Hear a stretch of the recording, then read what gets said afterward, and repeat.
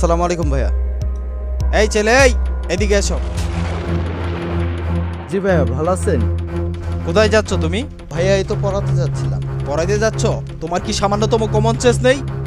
মানে ভাইয়া বুঝলাম না, আমি আবার কি করলাম? বিয়াদবের মতো আবার মুখে মুখে কথা বলো। ভাইয়া কি হয়েছে বলবেন তো? এই ছেলে, তুমি একজন শিক্ষক মানুষ। তোমার কাছ থেকে তোমার ছাত্ররা কি শিখবে? এই জাতি কি শিখবে তোমার কাছ থেকে? তুমি একজন শিক্ষক হয়ে এই সমাজটাকে নষ্ট করছো। কেন ভাইয়া, আমি আবার কি করলাম? আবার বেয়াদবের মতো কথা বলো। কি করছো মানে? এই ছেলে, এই, তোমার চুলের কাটিং এরকম কেন? তোমার লেভেলটা এরকম কেন? তুমি একজন মাস্টার মানুষ, তুমি থাকবে স্মার্ট। তোমার কাছ থেকে তোমার ছাত্ররা কি শিখতেছে? তোমাকে দেখে দেখলাম আমার ছোট ভাইটা, সেও মাথা চুল অনেক বড় করছে। তোমরা ধর্মকর্মর নামে ভণ্ডামি করে বেড়াচ্ছ। শিক্ষিত হয়ে অশিক্ষিতর মতন আচরণ করতেছো। তোমাদের কাছ থেকে কি শিখবে এই জাতি? এই ছেলে, এই, তোমার কি চুল কাটার টাকা নেই? না থাকলে তুমি আমার কাছে নিয়ে যাও। ও ভাইয়া, এতক্ষণে বুঝলাম আসলে আপনাদের সমস্যাটা কোথায়। ভাইয়া, আমি সমাজ নষ্ট করিনি। আপনাদের আসল সমস্যাটা হচ্ছে আমি মানুষটা দুর্বল। আর আরেকটা সমস্যা হচ্ছে আমার এই চুল।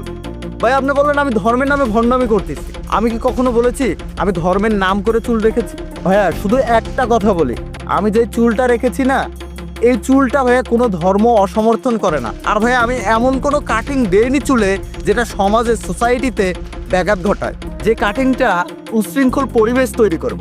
তাহলে ভাই এটা সমস্যা কেন?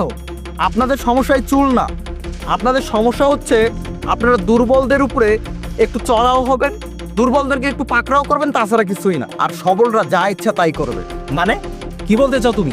মানে বুঝলেন না কেন? গতকালকে শুক্রবারে আপনি যে মসজিদে নামাজ পড়লেন, ওই মসজিদের মেম্বারে সভাপতি সাহেব 15 মিনিট কথা বললো। কই ভাইয়া, তখন তো একবার দাঁড়িয়ে বললেন না খুতবার টাইমে মেম্বারে দাঁড়িয়ে অন্য কোনো কথা চলে না। কই তখন তো দাঁড়িয়ে বললেন না যে সভাপতি সাহেব আপনি তো সুদের ব্যবসার সাথে জড়িত, আপনি নামেন, আপনার সভাপতি হওয়ার যোগ্যতা নেই। ভাই আপনি খালি পারবেন আমাদের সাথে।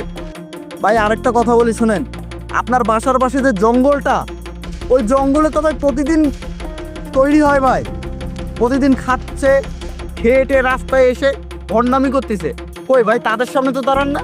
এই যে ভাই দোকানে, প্রত্যেকটা দোকানে সিগারেটের জোন তৈরি হয়েছে ভাইয়া, ছোট ছোট বাচ্চারা পর্যন্ত ঢুকে সিগারেট ধরিয়ে রাস্তাঘাটে ধুমিয়ে টানছে। কই ভাই তাদেরকে তো একবারও বলেন না যে এটা সমাজের ক্ষতি। আমি চুল রাখছি, আমি শিক্ষক মানুষ, এতে ক্ষতি হয়ে গেছে। ভাই আমি চুল রাখছি বিদায় কি আমার মাথা থেকে কোনো অংশে জ্ঞান বুদ্ধি কমে গেছে? ভাইয়া একটা কথা বলি, মানুষ চুল রাখলে যদি মেধা শূন্য হয়ে যেত, সবার আগে মেধা শূন্য হতো কাজী নজরুল ইসলাম। কই ভাই, তারা তো মেধা শূন্য হয়নি, তাদেরকে আজকে হাজার হাজার মানুষ